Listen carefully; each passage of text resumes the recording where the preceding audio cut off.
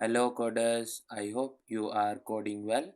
In the previous video, we wrote the code to call update room details API in our Angular application. And in today's video, we will create delete room API call in our Spring Boot application. So let's get started. So in our Spring Boot application, we will open rooms service implementation. And in this class, we need to create a new method, and this method will return void, and after this we will name this method as delete room, and in the params of this method we need to accept the room id. So the data type will be long and we will name this as id.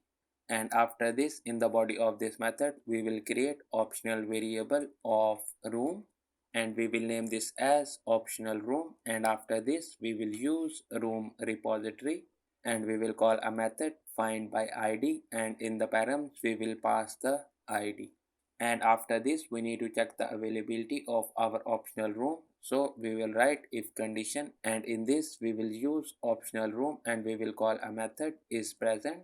And if our room is present, then we will use room repository and we will call a method delete by id, and in the params of this method we will pass the id. And after this we will write the else case as well, and in this else block we need to throw an exception, so we will write throw statement, and after this we will mention new, and then we will write entity not found exception, and for the message we will send room not present.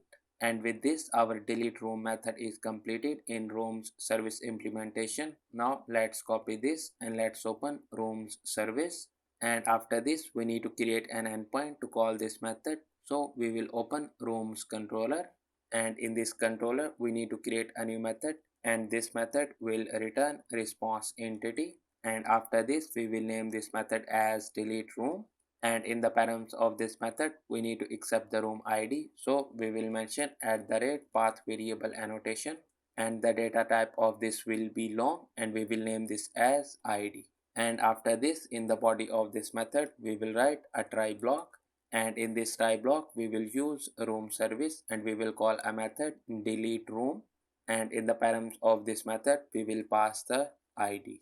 And after this we need to return the response, so we will write a return statement and we will use a response entity, and after this we will call ok method, and for the body we will pass it as null. And after this we will write catch statement, and in this we will catch entity not found exception, and we will name this as e. And in this block we will write return statement and we will use response entity, and after this to set the status we will call status method, and in this we will use http status and we will return the status as not found. And after this to set the body we will call dot body method, and in this we need to pass the message, so we will write e dot get message. And at the end we will annotate this method with at the rate delete mapping annotation, and for the url we will set slash room slash id. And with this our delete room api is completed. Now let's run our application.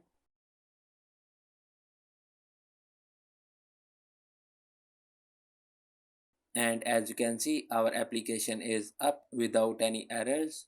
Now let's go to the postman and let's test our delete room api call. And in the postman, from the request types we need to select delete, and after this we need to give the basic url which is http localhost 8080, and after this we need to give the controller url which is slash api slash admin, and after this we need to give the endpoint url which is slash room, and after this we need to give the room id and let's give it as 100.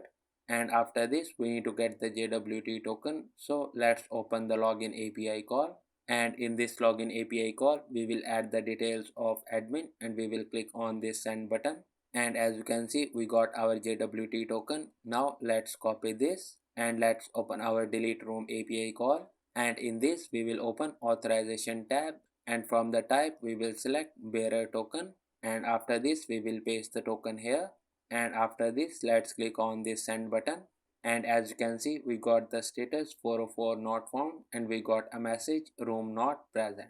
And now let's update the room id and let's give it as 2, and after this we will click on this send button, And as you can see, this time we got the status as 200. Okay. And that's it for today's video. In the next video, we will call this delete room API from our Angular application.